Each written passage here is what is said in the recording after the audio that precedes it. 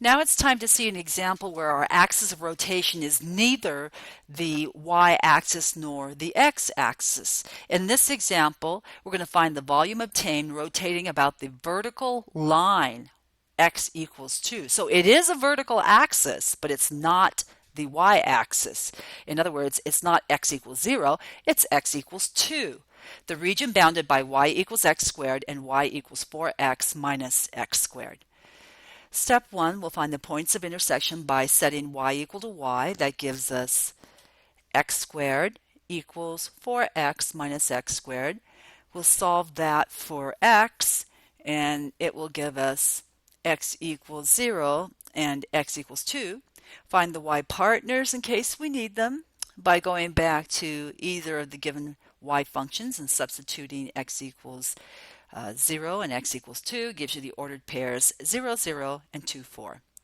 Step 2, let's do the sketch. Okay, we're going to sketch this region that's intersecting, and we get the y-axis here, the x-axis.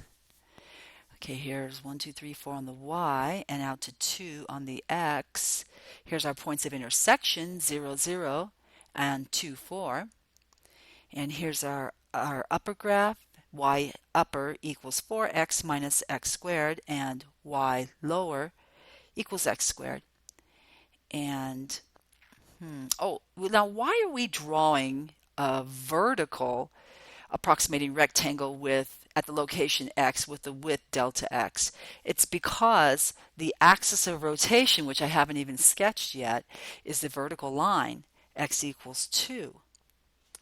Okay, there's our vertical line, x equals 2. That's the axis of rotation. That's what we're going to spin this region about.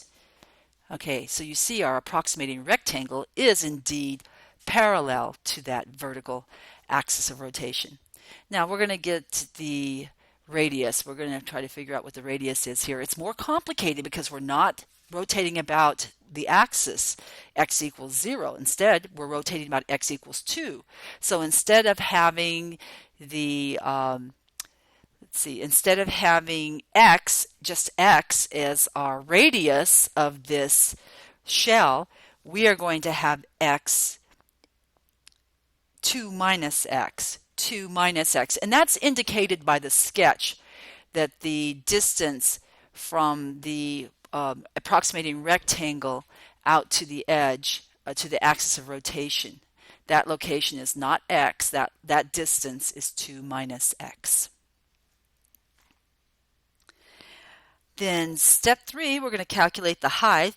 And as usual, that's going to be, as usual with the other situation where we had a vertical axis when we were working with the y-axis, it's y upper minus y lower for the height. So it's 4x minus x squared minus x squared, which simplifies to 4x minus 2x squared. That's our height.